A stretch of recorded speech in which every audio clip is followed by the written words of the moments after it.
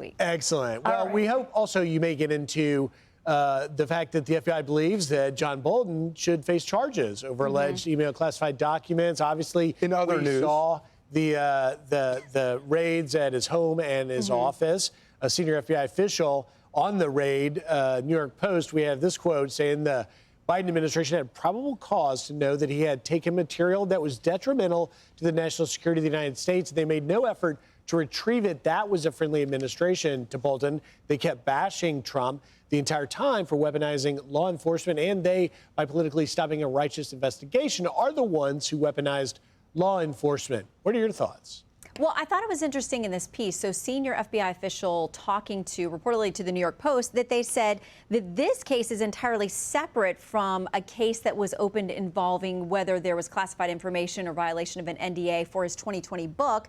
Because there was some reporting on Friday, we thought, this connected, this raid, back to that book? But this reporting is saying it's something entirely separate. It's over an alleged emailing of highly sensitive classified materials through a private server. So that's not an allegation I've heard before. So there may be a lot more to this case.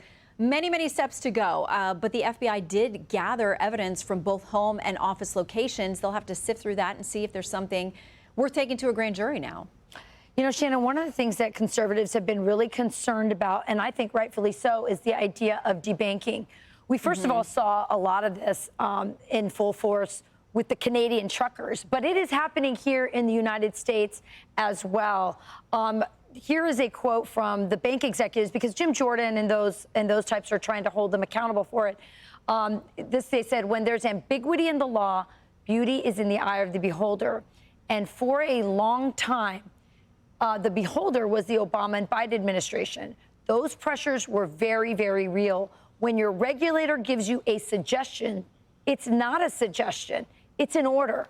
The political stuff is very real. Those pressures are real. That's what the banking executives say. Here is Jim Jordan responding. This is something we've had for a while. We've been working on for a while. This is just another form of censorship, but it's financial censorship. They can debank you because they don't like the product you're selling. They don't like the political views you have. This is as wrong as it gets. So God bless President Trump for coming forward with this executive order. We'll continue to look into it because we know it's happened before. What was called Operation Choke Point, where they said if you're in a business, like you're in the firearms business, they were looking to debank you. This is wrong. It's not supposed to happen in America. Is the Trump administration, I know it's personal to President Trump because he felt this himself, where he was unable to make business transactions or find a bank when he was between his two administrations. So what do you think? Is this something that Congress can actually do something about? Yeah, they may, because remember that there were these senior banking executives who talked to Fox Business about this and said, that quote you had there, that if somebody makes a suggestion, it's not a suggestion. If this is someone regulating your bank and your industry, you take that and understand that to mean you need to comply with our wishes here.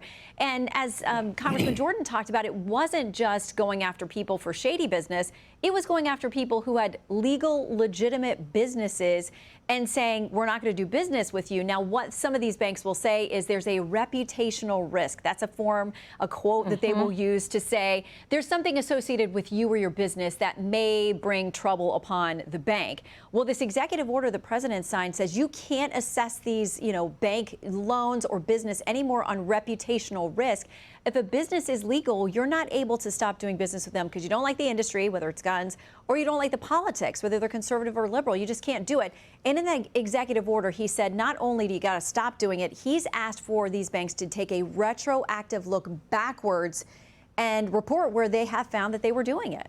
Rectify. But it's an executive order, so if Congress doesn't do something, it's not permanent. Right. Yeah, and it sounds like that there's a move. Republicans, for now, have a very, very tiny majority hold on the House and the Senate. So if they're going to move something new, they got to do it soon. So what else do you have coming up on Fox News Sunday?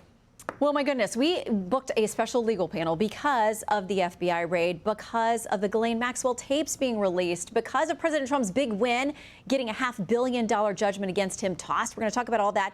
Plus, we've got Senators James Lankford and Jack Reed on Russia and Putin. They've got a Senate sanctions bill sitting there in the Senate waiting for action. More than 80 of them have signed on. Those two guys have signed on.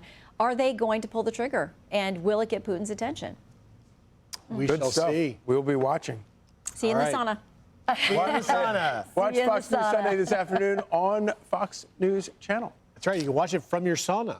You could. That's right. Actually, that is Although I don't know how you get. I'm Steve Ducey. I'm Brian Kilmeade. And I'm Ainsley Earhart. And click here to subscribe to the Fox News YouTube page to catch our hottest interviews and most compelling analysis.